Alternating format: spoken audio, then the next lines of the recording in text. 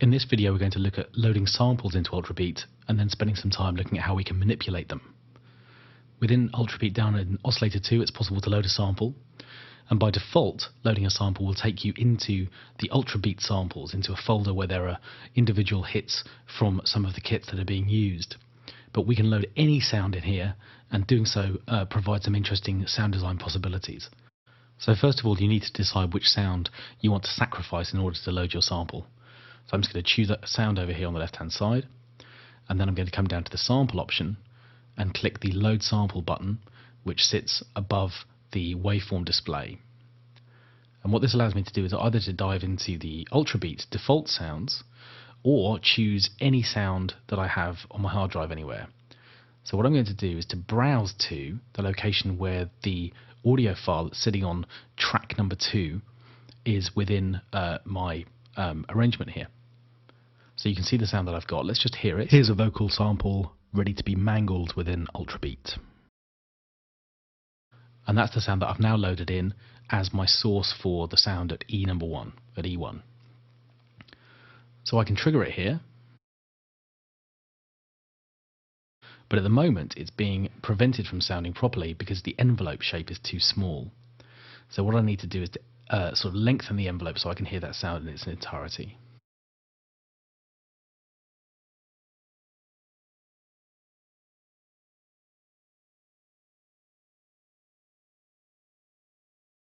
So if I lengthen the envelope out and then press that key again, I should be able to hear the sound. Here's a vocal sample ready to be mangled within Ultrabeat. That's really quiet at the moment, so the first thing I'm going to do is to turn it up so that I can hear that more clearly. Here's a vocal sample ready to be mangled within Ultrabeat. And then the first thing I'm going to do is to play around with playback pitch. Here's a vocal sample ready to be mangled within Ultrabeat. Now, of course, at the most basic level, I could record this note and then manipulate that parameter with automation.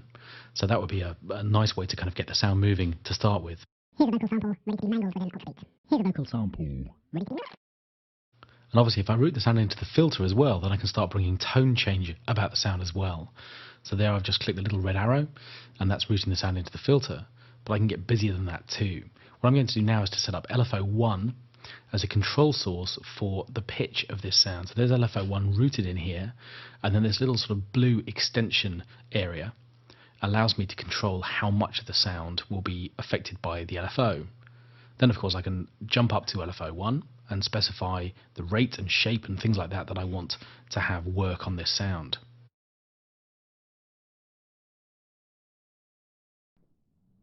And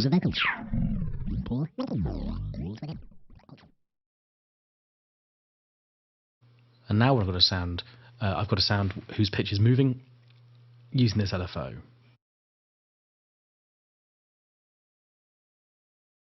Let's put the filter back in and apply the same LFO shape now to tone. So again, I'm setting LFO1 up as the target, now based on the cutoff frequency and on resonance too.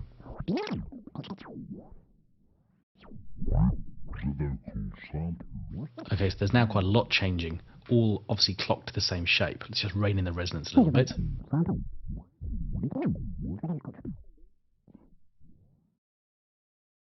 And bring in some effects too. And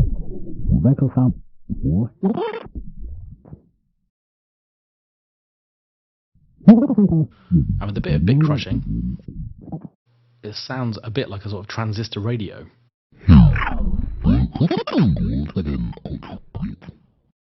Well, this is really now starting to take shape. We've got a nice sort of sound here beginning to go to work as well. And what I could obviously do would be to bring in other elements too, or run this sound alongside other sounds within a sequence. So I could program a pattern and incorporate this sound, or simply just stack up other things within here as well. So let's just rename this vocal sample. And of course I can load different vocal samples onto every single key within Ultrabeat and use all of those separate sound engines to manipulate sounds in different ways.